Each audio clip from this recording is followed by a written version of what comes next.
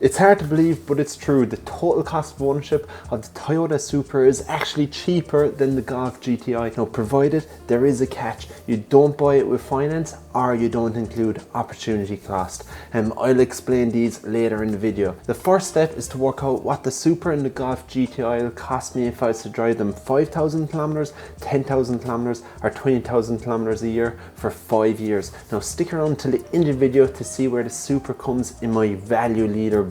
Without further ado, let's jump onto the computer and start going over the figures. For those of you who are new to my channel, I'll quickly go over my spreadsheet. We've got step 1, we've got car depreciation, running costs and finance. Step 2, we've got fixed cost. And step 3, we've got dimensions, weight and performance. Now starting off at step 1, I won't be going over all the figures here, just the ones that stood out to me. If you want a closer look, by all means pause the video at any stage. Now on the left hand side here, we've got this Toyota Supra GT, and to the right of this, we've got the Golf GTI. Now I know in the real world, there's no way someone would, consider a Golf GTI if they're in the market for a Supra. I just wanted to explain how the Supra could be, every bit as cheap as the Golf GTI.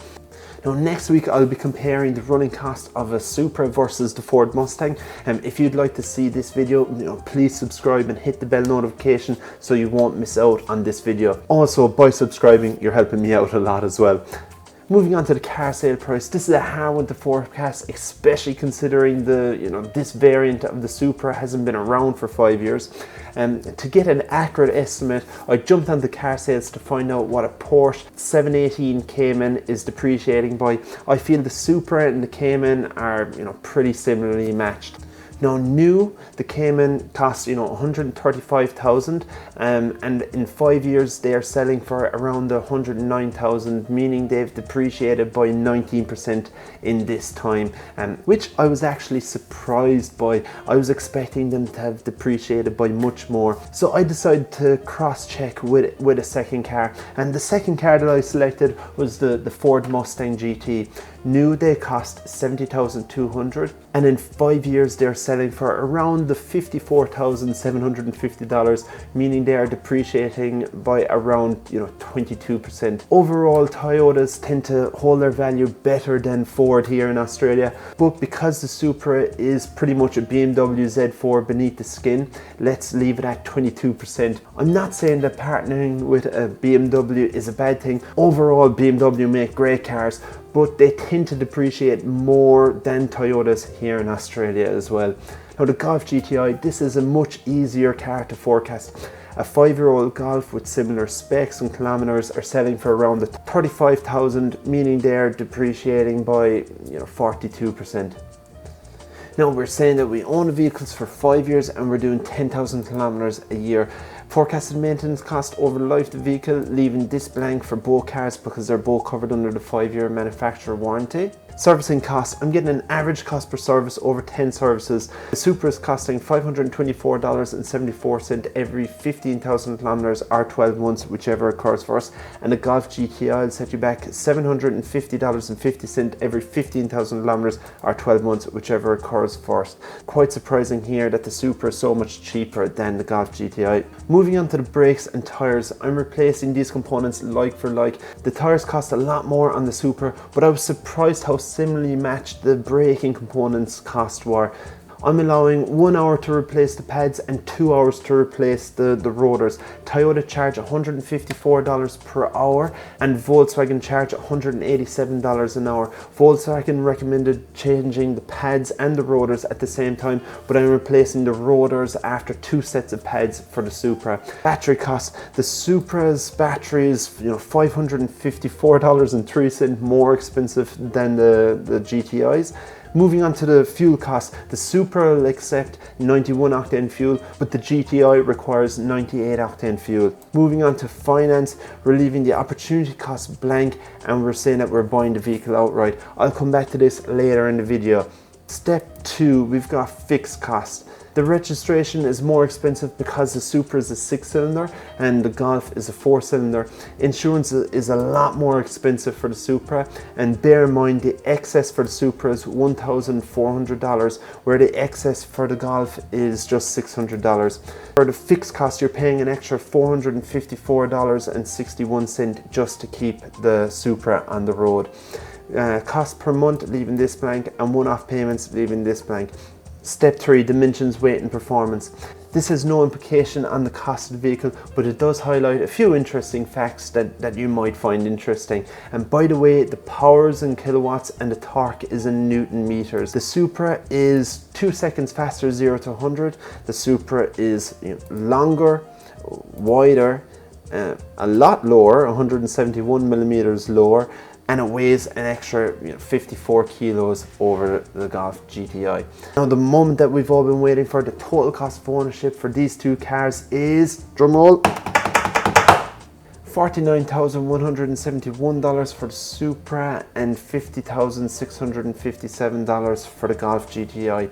A saving of $1,486.25 if you pick the Supra, making it $5.72 a week cheaper. If you're finding this video interesting, please give it a like. This will help my video be recommended to more people on YouTube. Down here we've got a summary of all the costs. We see the biggest expense is the car depreciation. This is what's hurting the Golf GTI the most. Now let's say that we drive the cars 5,000 kilometers a year.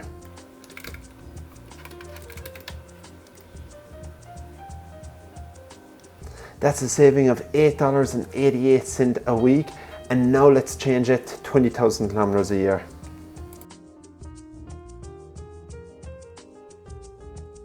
Now it's only $1.12 a week saving.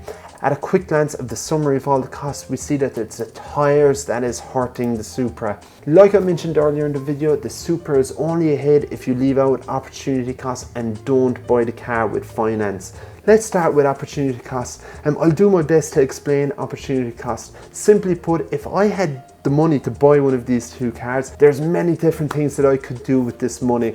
Go clubbing, and which would be a bad financial decision, but would be great fun.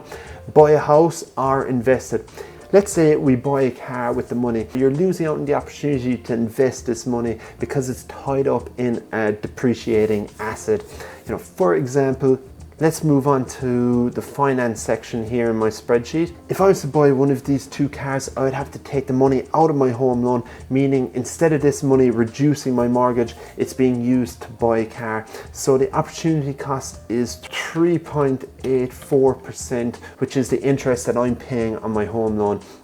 By doing this, the Supra is now $20.29 more expensive a week because I'm spending an extra $32,612 to buy the Supra.